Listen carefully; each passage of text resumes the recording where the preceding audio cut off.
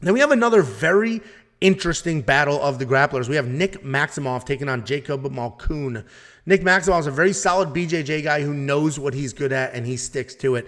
His striking is pretty raw, but his MMA takedowns continue to improve. He has a college wrestling background, and he showed it off against Punahil Soriano with 11 takedowns. He showed solid fight IQ in that fight because Nick was getting outstruck in the first round, and then he just completely reset, went to the wrestling, and then he dominated. He's coming off a submission loss to Andre Petrosky where he, meaning Nick, initiated the takedown, and he essentially was caught in a scramble. That's how he got submitted. Jacob Malkoun is a grappler who can strike. He likes to plot forward, and he throws everything with power, and because of all of his punches being looping, some of them can have some sting on him. Even his jab isn't just straight out, right? There's looping action to that jab as well, and he sends it with a lot of power. He steps into everything, which can leave him open for takedowns, but it does add that sting that we talked about. He's a capable wrestler who lowers his level, and he times his shots well. Most of his shots are clean, and they're just right up the middle, in the middle of the cage, and that works well for him. He averages almost 7 takedowns per fight,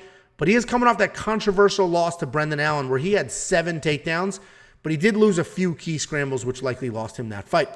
And this is such a tough fight to pick, right? These guys are almost mirror images of each other. Both are heavy grapplers who can strike. I think Maximov is the more technical striker, but he doesn't use it much. Malkoun definitely has more raw power, but he's not the better wrestler. And this is razor thin, but I'm going to lean Maximov here because I think he's just got the better wrestling and the better BJJ. This fight's likely determined by the grappling, and I got to go with the better grappler. So I'm going to go with Nick Maximov here.